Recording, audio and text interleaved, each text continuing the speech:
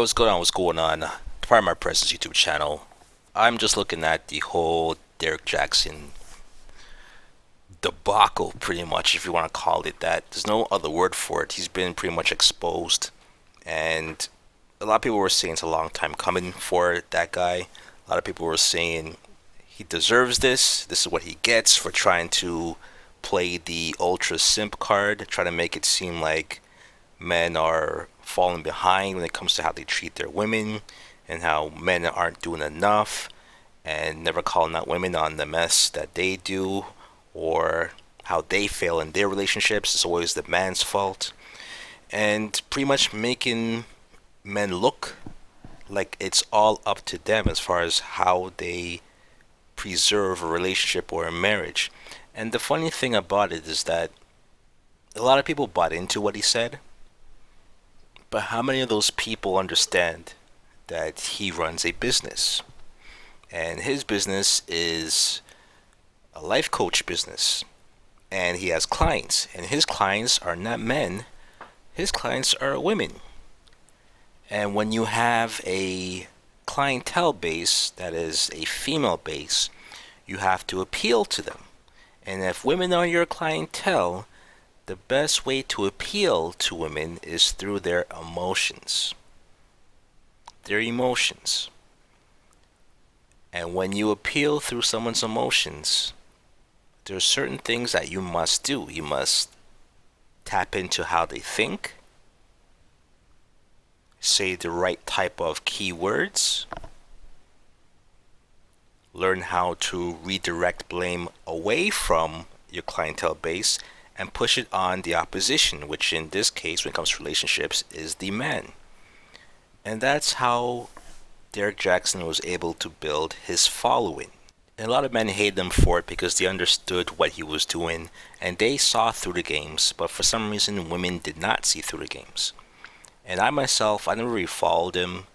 I was aware of his videos because they're recognizable. It's a black guy in the car, right? That was the majority of his videos where he's just sitting in the car talking. And a lot of the talk was all about doing things for women and putting women on a pedestal, right? So to see this play out the way it has, where he's been exposed for cheating on his wife multiple times, and him bringing women into his family home and having relations on the bed that him and his wife sleep on, and he has children as well too with his wife. All that is almost blowing up in his face, and the person who exposed this is another YouTuber by the name of Tasha K. And Tasha K is someone that Derek Jackson has pretty much slandered as well too, and accused her of lying when she brought or questioned his integrity earlier on. And here's the thing that I want to say in regards to Derek Jackson. It be your own people, man. It be your own people. And I don't mean people as in the race. I mean people as in your fan base. Right? It be your own people, man. It be your own fan base.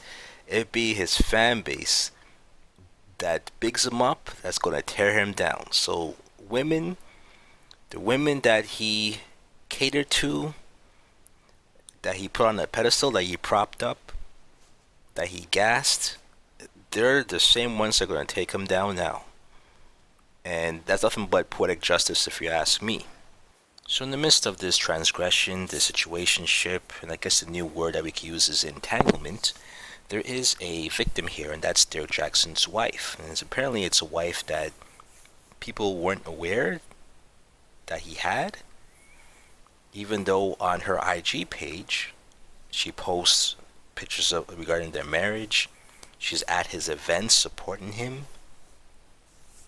He responds to her on his posts. So how can you not have known that he was married?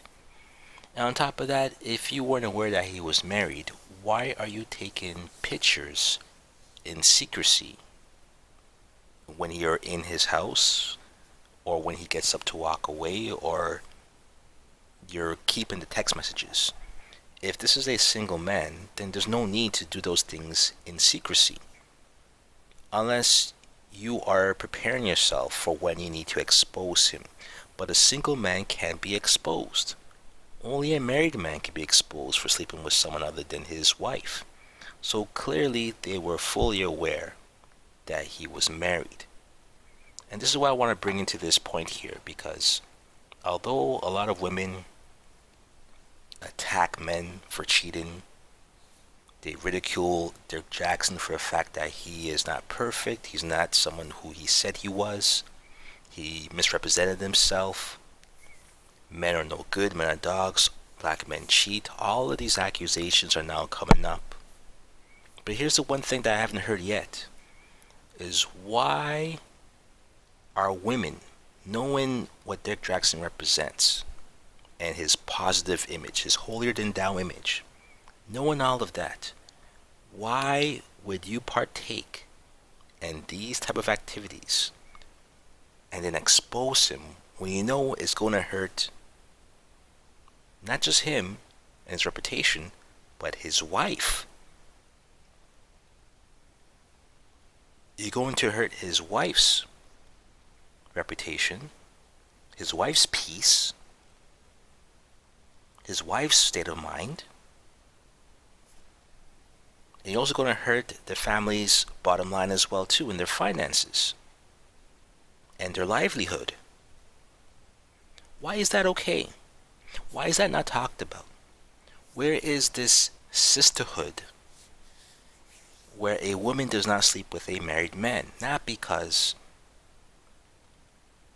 they do that in spite of the man, but they do that in solidarity of the wife. So it's an interesting dynamic, because everyone's attacking Dirk Jackson, but no one's attacking these, I guess you could call them Jezebels, that have surrounded him. And again, whether or not he pursued them, is the fact that they were completely aware of who he was, because that's what turned them on to him.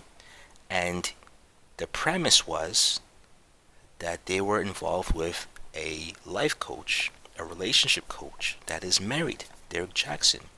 They were completely aware who he was, because that was his persona. But I understand why we don't ridicule and shame the mistresses, because if we did, we would no longer get tea. We would no longer get these exposés. We would no longer have people coming forward to expose these men. So you want to create an atmosphere that allows these women, these treacherous women, to come through and spill the beans. We want to encourage that. So we're not going to condemn them. We're not going to call them out. We're going to glorify them. We're going to pay them money for their stories, for their quote-unquote receipts. And we're going to do all that we can to make them feel comfortable to come forward and trash a man and destroy his marriage and destroy his family, because he does have children as well too. So yes, as much as Dirk Jackson is to blame for all this, the mistresses played a big part in this as well too. But back to the wife. So I feel sorry for the wife. I was able to see the second apology, and just reading the body language, she looks disheveled. Looks like she doesn't want to be there. She looks unprepared, and doesn't look like she was given enough time to even prep herself and look presentable. It's almost like she was pulled into it against her will, and Dirk Jackson pretty much brought her in to kind of save him, because he was getting killed for his first apology. And here's an interesting thing, because in his first apology, Dirk Jackson is wearing a black hat that looks like the bonnet that she's wearing. In the second apology, he's wearing a black sweater, long sleeve sweater, that looks like the exact black long sleeve sweater that she's wearing in the second apology.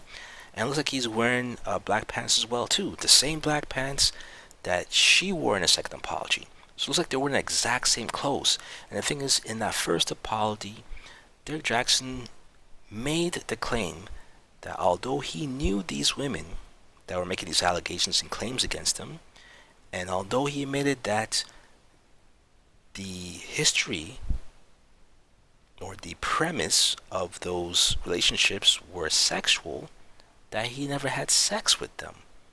Which is odd, because he also said that he was separated at the time.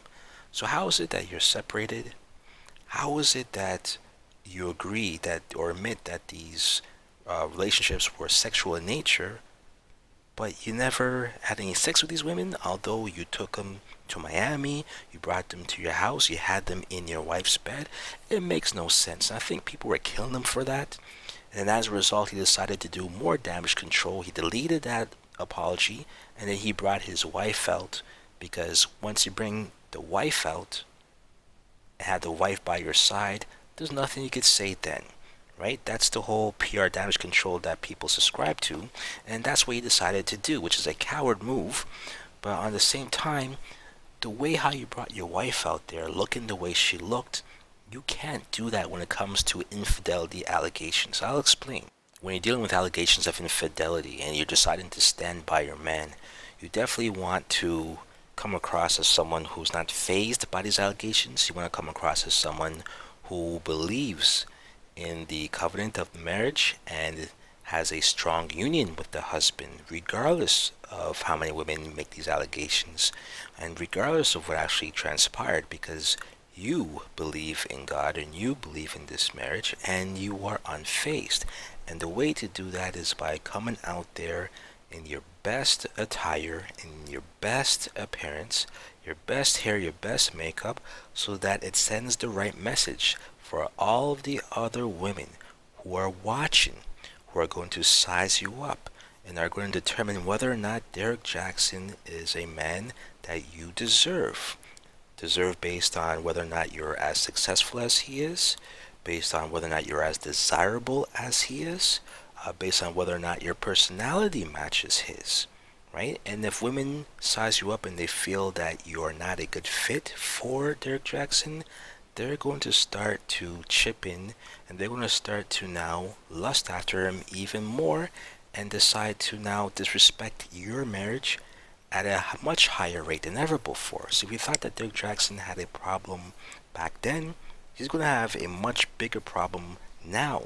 The fact that women are seeing how the wife decides to present herself in public, right? So you gotta be very careful because you never want to give the impression that you are not deserving of your husband, especially when you know and believe that you are, and you're making that sacrifice and that compromise to stand by him even when he's admitting that he stepped out on the marriage. So it's very important that you show the best face possible for the public. Okay, and she really missed the opportunity by coming out in the way that she did. And it makes me wonder, the pairing of these two, it is kind of odd because she comes off as someone who's very religious, and Derek Jackson comes off as someone who's not religious whatsoever. He comes off as someone that may have been raised in the church, but doesn't practice, or doesn't live as a religious person. And it's interesting because a lot of men do this. A lot of men will choose. This is where we get that whole label of, I'd be with her, but I wouldn't wife her, right? And the type of woman that is a wife. A lot of men, they look to a woman that's religious as a wife material, a wifey material. The reason being because they hold in high regards being brought up in the church or under religious morals and doctrine. So they would rather choose a woman who is a godly woman for the purposes of raising their seeds, their offspring. Even though they may not believe in the church and the scriptures themselves, but they would like their children to be brought up in that particular environment because it builds the proper character and the proper morals to at least start off in the right direction in life. So they'll choose a woman for that purpose. But the problem is that although they choose that particular godly woman for that purpose, that godly woman might not be able to fulfill their other needs. And that is their needs of sexual pleasure and lust and all those other things. And what these men often do is that they look to other women outside of the marriage to fulfill those needs. And this is where they try playing the best of both worlds, where you have a wife at home taking care of the kids, bringing up your kids in the proper way, while I get down and dirty and nasty with Jezebel's on the side. And this seems to be what Derek Jackson was doing.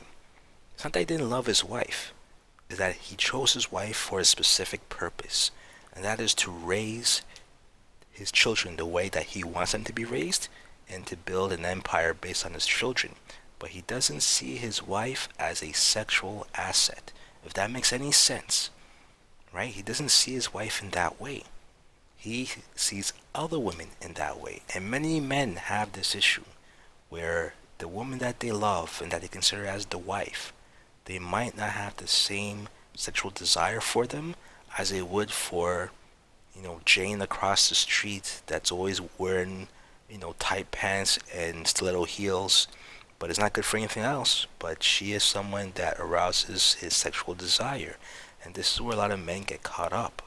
But at the end of the day, he really needs to tone it down as far as his rhetoric and how he preaches and how he puts down other men and places this false expectation in this fantasy land that women think men have to uphold.